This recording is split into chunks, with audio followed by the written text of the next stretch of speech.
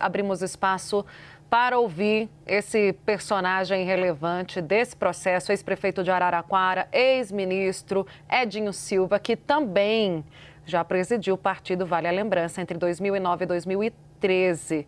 Coordenou a campanha do presidente Lula, estivemos muito juntos, não é, presidente, durante essa campanha.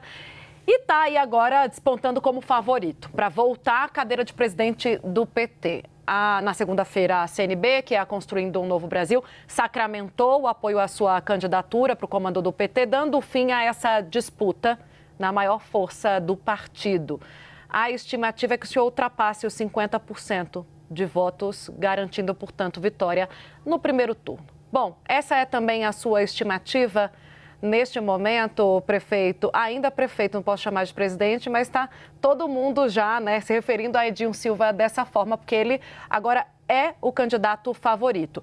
Essa é a sua estimativa e mais. O presidente Lula lá atrás saiu em defesa do seu nome e da sua candidatura. Qual é o peso que o senhor dá para o apoio do presidente Lula, apoio esse antecipado?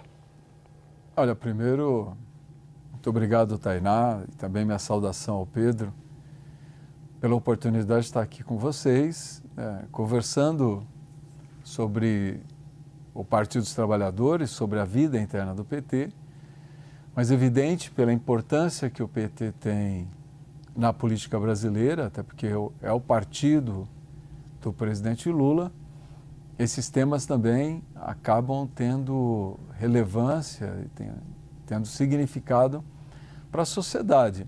Eu iniciei a minha jornada, Tainá e Pedro, em janeiro desse ano.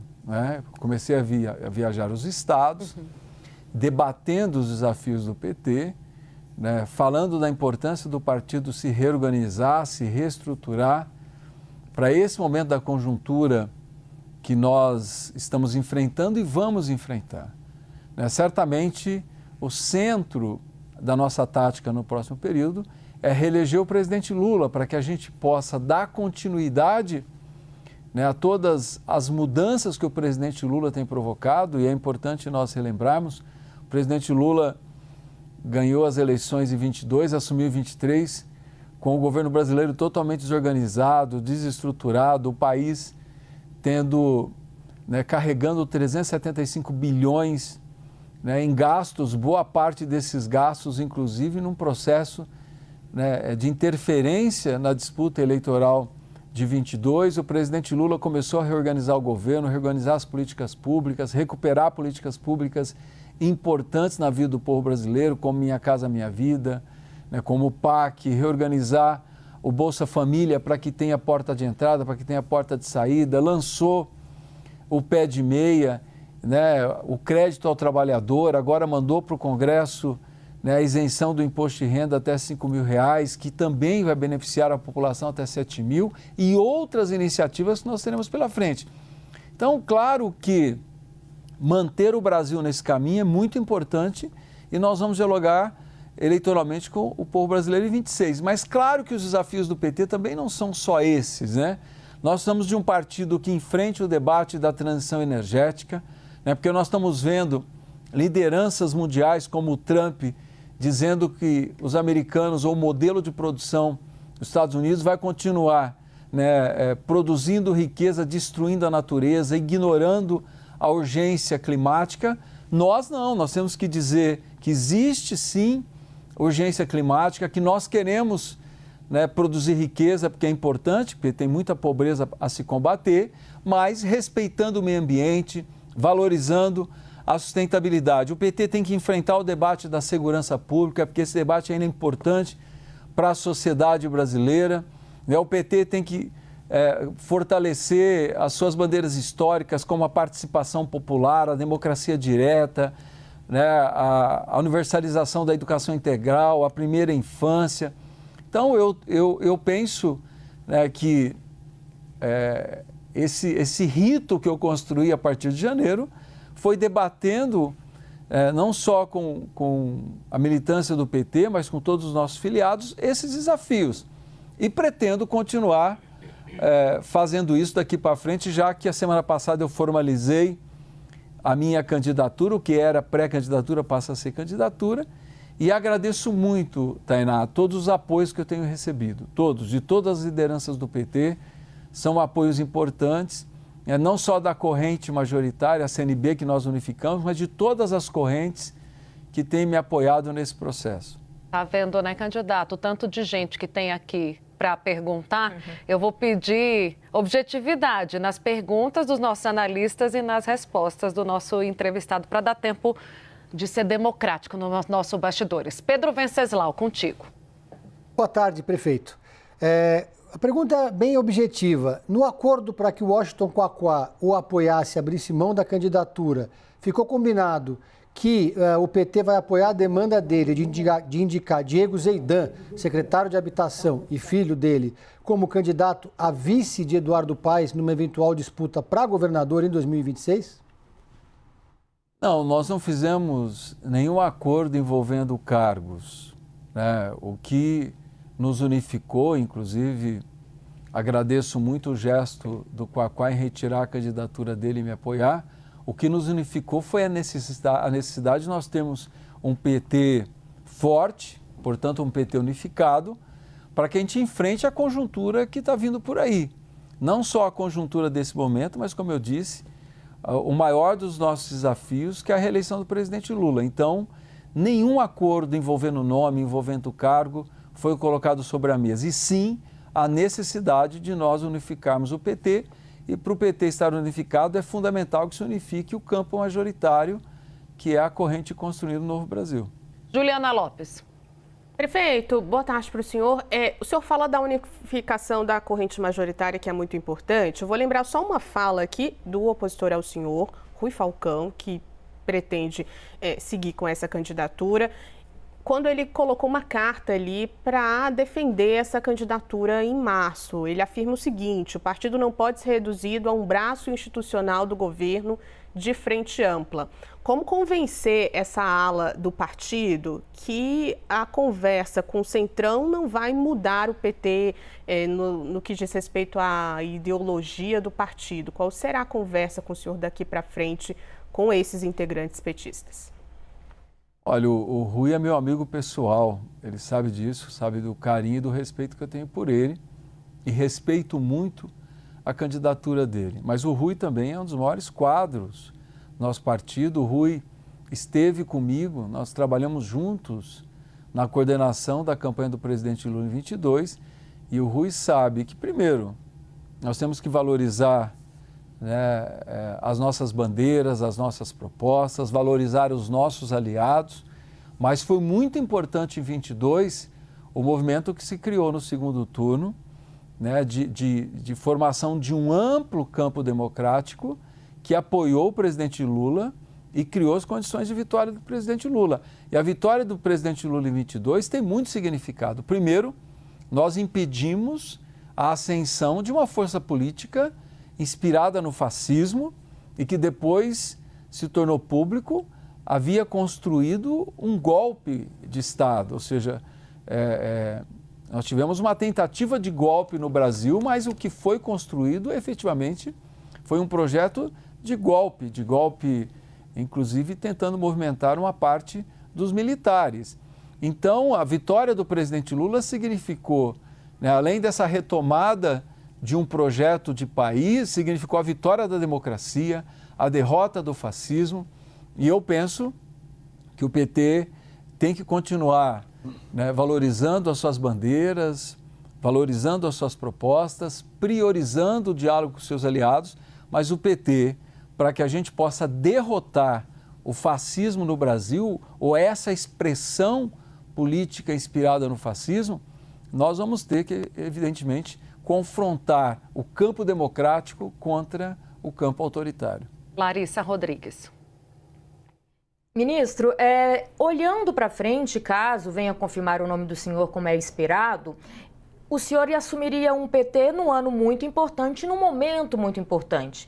Como seria o trabalho do PT dentro dessa eleição? Como o senhor lembrava, 2022, o Lula sendo candidato tende a ser ainda mais difícil uma eleição em 2026. E como também falar um pouco para fora dessa antiga população que se identifica com o PT, que o PT vai perdendo, né, a cada ano ou perdeu nos últimos anos.